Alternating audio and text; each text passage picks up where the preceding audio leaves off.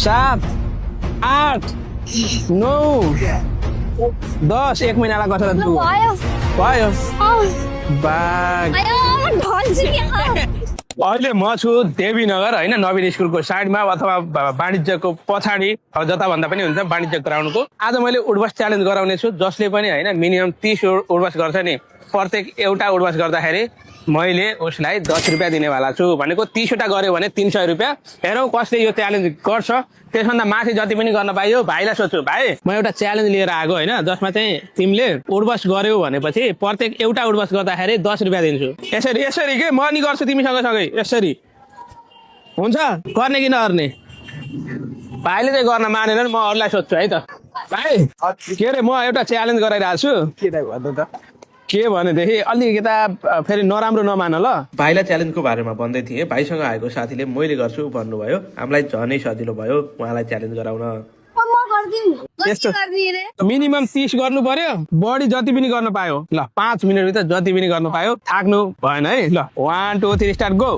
1 2 3 4 5 6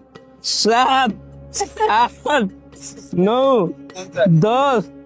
11 12 13 14 15 16 17 18 19 20 21 22 23 24 25 26 27 A few moments later. 85 86 बाबा पैसा भनेपछि त 88 89 90 91 92 93 94 95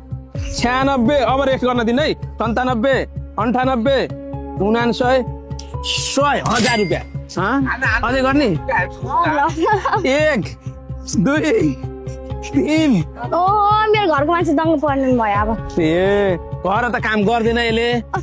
होइन 4 5 6 7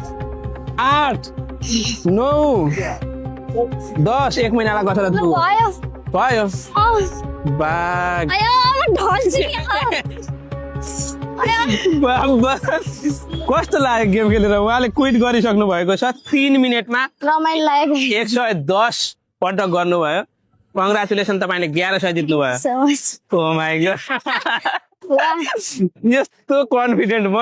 मैले भाइलाई भनेको थिएँ खासमा मेरो मन रोएर पनि तपाईँलाई 1100 रुपियाँ दिँदैछु thank you so much. Follow गर्नु भएको छ फलो त गरेँ छैन हजुरको भिडियो चाहिँ देखेछु हो अब फलो गर्ने कि नै गर्छु अरूलाई पनि फलो गर्नु भनिदिनु न सबैजनाले दाइलाई फलो गरिदिनु होला